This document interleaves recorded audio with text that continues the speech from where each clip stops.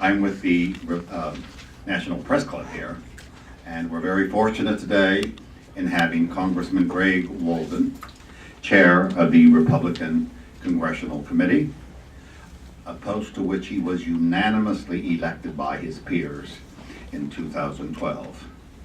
Congressman Walden is from the state of Oregon, a lifelong Oregonian, and his ancestors came in a covered wagon in 1845. He and his wife are owners or former owners of a radio station. He resides in Oregon and in Washington here. And I think we're going to hear a very interesting presentation. Congressman Walden. Tony. Well, thank you very much, Tony. It's a delight to be here at the National Press Club. And I thought what I'd do is talk a little bit, wearing my NRCC hat, the National Republican Congressional Committee hat, about the election cycle as we see it shaping up, touch on Florida 13 and some opportunities that we have. First of all, when I look at campaign cycles, and I've been at this a little while, I always kind of look at it from the perspective, would I rather be me and my party or them and their party? And I would say in 06, not so much us. It was a tough cycle. We know what it was like when the president's numbers were bad and it was a referendum style election and we got whacked. 08, not so good either. 2010, I'll take us. 2012, I'd take us. And in 2014, I think we're on the cusp of a referendum election year, much like 06, except this time the Democrats are the ones upon which the referral will take place. President Obama, his favorability numbers are in the tank, not only nationwide, but especially in the targeted seats that will be in play in the House. And the latest polling that's out, it's a story this morning, the Washington Post got a poll in West Virginia that was done by the Terrence Group in the first part of March. And President Obama in Nick Rahal's district got a 25% approval rating, 73% disapproved.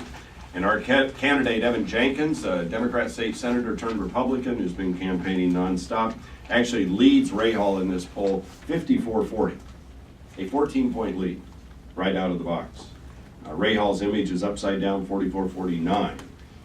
And then so I think you see in a seat like that, one of our 7 red zone seats, that the Democrats are going to have trouble holding on to what they have, which gives us great enthusiasm to believe we will actually pick up seats in this cycle. Now, how many? I don't know. We'll see. But the long and the short of it is they've got a handful of races that they're in deep trouble in.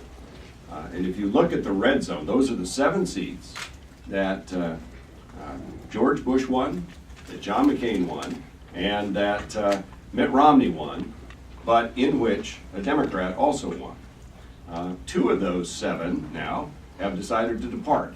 Jim Matheson in Utah, not running again. It is so red that I don't think the Democrats will even seriously contest that seat. Mia Love came very close to beating Jim Matheson last time, running again very effectively, learning lessons from last time, and I think she will be a distinguished and effective member of Congress come next year. Mike McIntyre, also one of those 7 in North Carolina, decided to depart, leave rather than lose. And that seat, I think, is an R plus 12 or something. It's very strongly Republican, and I look to that one to be a pickup. And then you've got seats like Colin Peterson in Minnesota, Tori Westrom, a young state senator who was blinded in a farming accident as a teenager, went on to get elected to the state house, put himself through law school,